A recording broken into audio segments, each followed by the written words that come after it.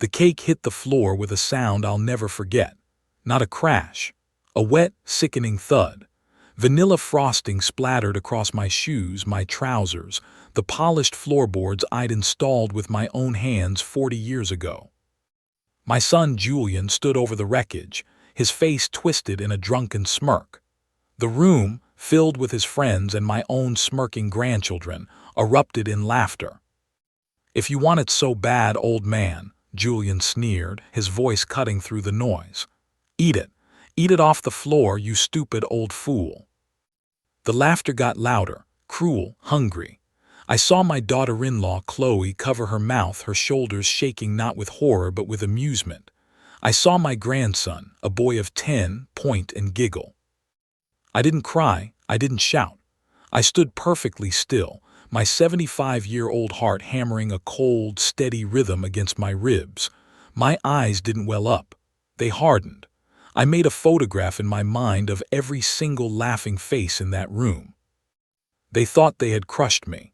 They thought this was the final, humiliating punchline of my life. They had no idea it was the trigger.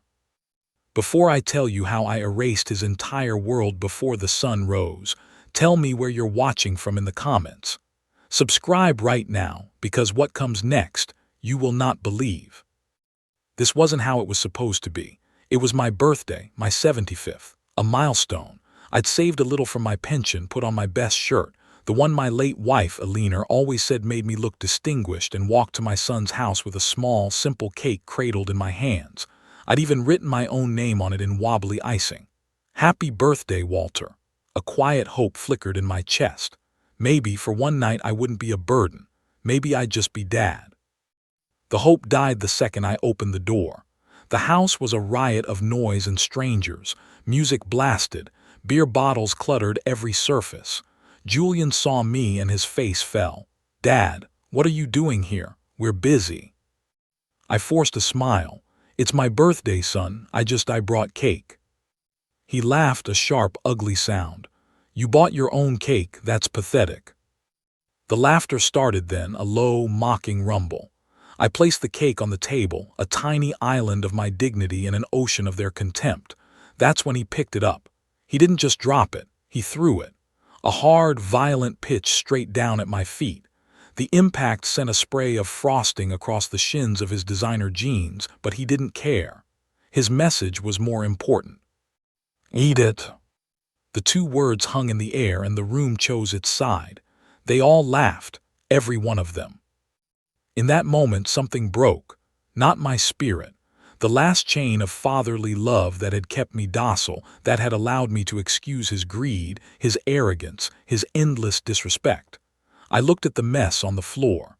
I looked at my son's proud, gloating face, and I felt nothing but a cold, clear, terrifying calm. I turned without a word. I walked out of his house, the sound of their laughter chasing me into the night. I didn't look back. The cold night air was a slap. Each step home was a drumbeat of fury. The streetlights seemed to flicker in shame. I reached my small, silent house, the one I'd refused to sell, the one that was still legally entirely in my name, and I didn't break down. I sat at my kitchen table, the faint, sweet smell of destroyed cake still clinging to my shoes, and I started to plan. The humiliation didn't burn, it crystallized. It became a diamond of pure, undiluted purpose. You see, Julian and his vultures had forgotten a crucial detail in their little play for power. They'd forgotten who built the stage. I was old, yes, but I wasn't senile. I was Walter Croft, and for decades, while I signed checks and co-signed loans and gifted properties, I had kept one final, devastating set of papers to myself. I went to my study, a room no one ever entered anymore. From a locked drawer behind a false panel in the bookshelf, a trick I'd learned from a thriller Alina loved, I pulled out a simple black binder. It was my masterpiece. Inside was not a collection of memories but an arsenal, the original deed to Julian's house, the one where he just humiliated me. I'd never signed over the full title, only added his name as an occupant with my permission. A clause I'd written myself decades ago, allowed me to revoke that permission for any reason I deemed fit. Nuisance was the word I'd used. I think spitting on a man's birthday cake in his own home qualified. There were bank documents for the joint accounts I used to pay his mortgage and utilities. My name was still the primary. His was secondary. I could remove him with a phone call. There were the car titles for the luxury SUV Chloe loved to show off. My name was on the lien. I could have it repossessed before breakfast. And then there was the crown jewel, a trust I had set up years ago, containing the majority shares of the small but lucrative business he bragged about running. He was the CEO. I was the silent majority shareholder he'd forgotten existed. The bylaws were clear. The majority shareholder could vote to dissolve the board and liquidate assets at any time. He thought he was a self-made king. He was a puppet, and I had been holding the strings all along, too kind to ever tug them. That kindness was now a fossil. I didn't sleep, I worked, I made a list. Bank freeze all joint accounts, revoke his access, move all funds to my private offshore account.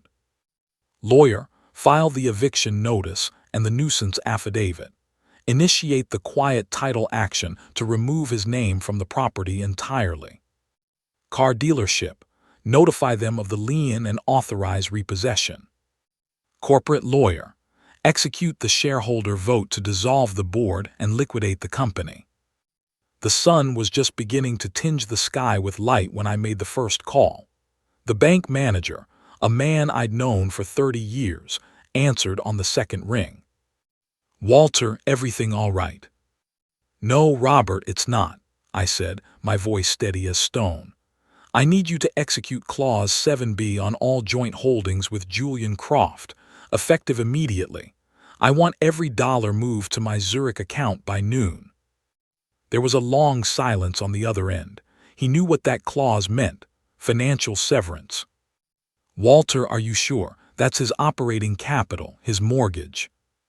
"I am sure," I said, the image of the cake on the floor flashing behind my eyes. "Do it now." I hung up, one down. Next was my lawyer, Alistair Finch. I didn't explain, I gave the order. "File it all, Alistair. The eviction, the title action, everything. Use the spousal and familial abuse rider we discussed. I want him served at his office today." By 9 a.m., the machinery of justice was in motion.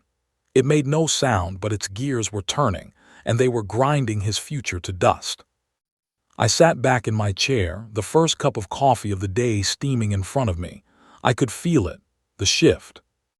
The power returning to its source.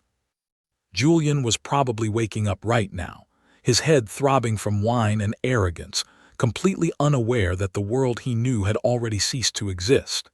He'd go to pay for his expensive coffee with a card that was now worthless. He'd get a call from his frantic wife about strange men at the house with legal papers. He'd try to log into his business account and find it locked. The laughter was over. My birthday present to myself was silence. His was ruin. And this was only the beginning. The real shock was coming before lunchtime. The first sign of the coming earthquake was a silent one, a notification on a phone that went unread, a denied transaction for a $5 coffee. Julian likely shrugged it off, a bank glitch, a network error. The arrogance of the privileged is a powerful anesthetic. The real tremor hit at 9:17 a.m. I know the exact time because I was watching the clock, my second cup of coffee cooling beside me. My phone, set to record, lay on the desk. The call came from a blocked number. I let it ring 3 times before answering, my voice a flat, neutral tone. "Walter Croft." A frantic, breathless voice exploded from the speaker. "Dad, what the hell is going on? My cards are declined. The bank says the accounts are frozen. Chloe just called, there's a sheriff's deputy at the house with papers. What did you do?" It was Julian.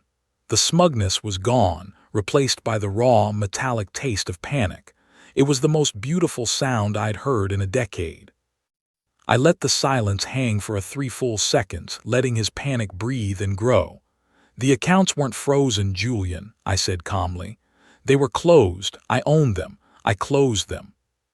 You can't do that, he screamed, his voice cracking. That's my money. That's for the house, the cars. No, I corrected, my voice still terrifyingly even. It was my money for my house. You just lived there. I could hear him struggling to process it, his brain refusing to compute the reality I was dictating. The deputy said something about an eviction. Dad, this isn't funny. Tell me this is a joke. The joke, I said softly, was the cake on the floor. The eviction is the punchline. I ended the call. He immediately called back. I declined it. He called again and again, a digital scream of desperation. I turned the phone face down. The show was just beginning and I had the best seat in the house. The next act played out across the city, a symphony of collapse conducted by my pen. While he was screaming into his phone, his world was dismantled around him. If you think this is satisfying, wait for what happened at his office. Subscribe now because the finale will blow your mind.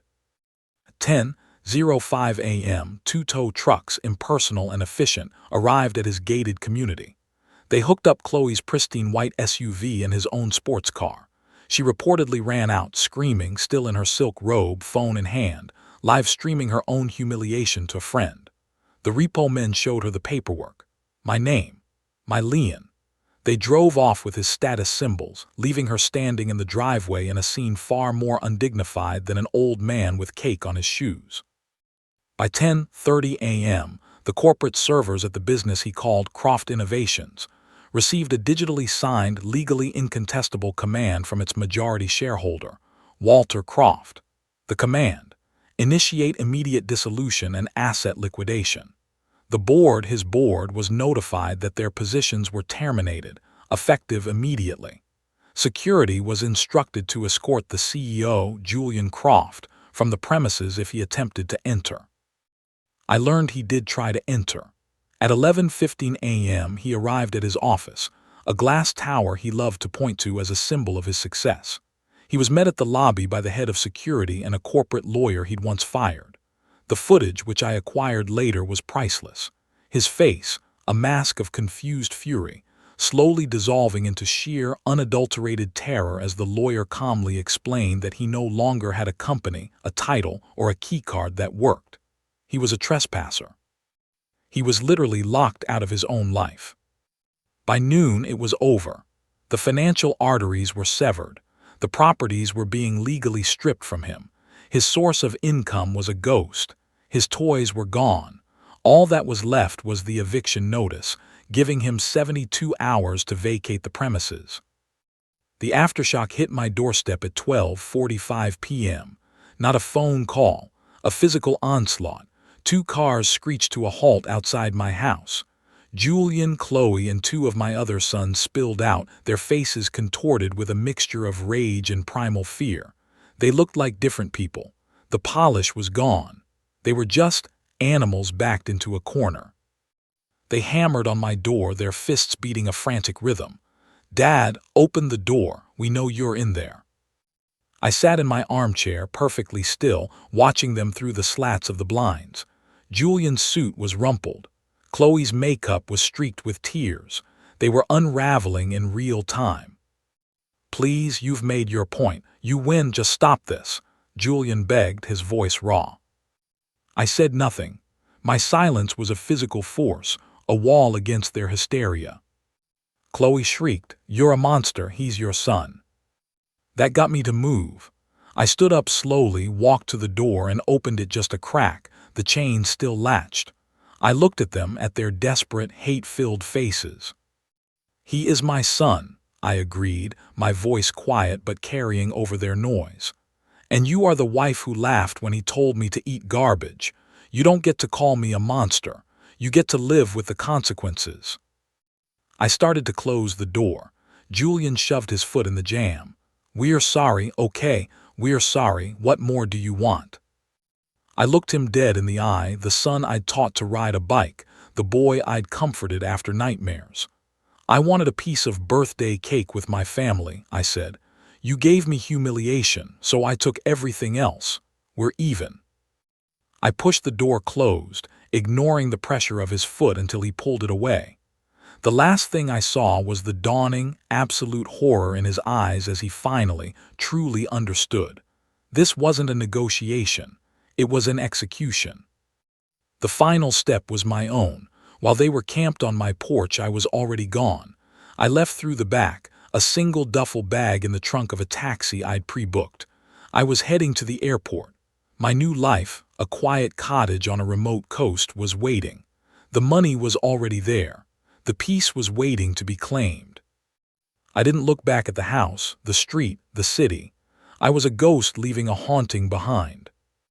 As my plane lifted off, I allowed myself one single, cold smile. The revenge was complete, but the lesson was just beginning for them. They were left with nothing but each other, their broken pride, and the echoing memory of the laughter that cost them a kingdom. They thought an old man was an easy target. They learned that age doesn't make you weak. It makes you strategic. It teaches you that the loudest person in the room is rarely the most powerful. True power is quiet. It's the signature on a document they forgot to read. It's the clause in a contract they were too arrogant to check. He told me to eat cake off the floor, so I took the whole damn bakery. This is a true story. If you believe that respect is a currency more valuable than money, drop a comment below and hit that subscribe button. Your support tells the algorithm that stories about justice deserve to be heard.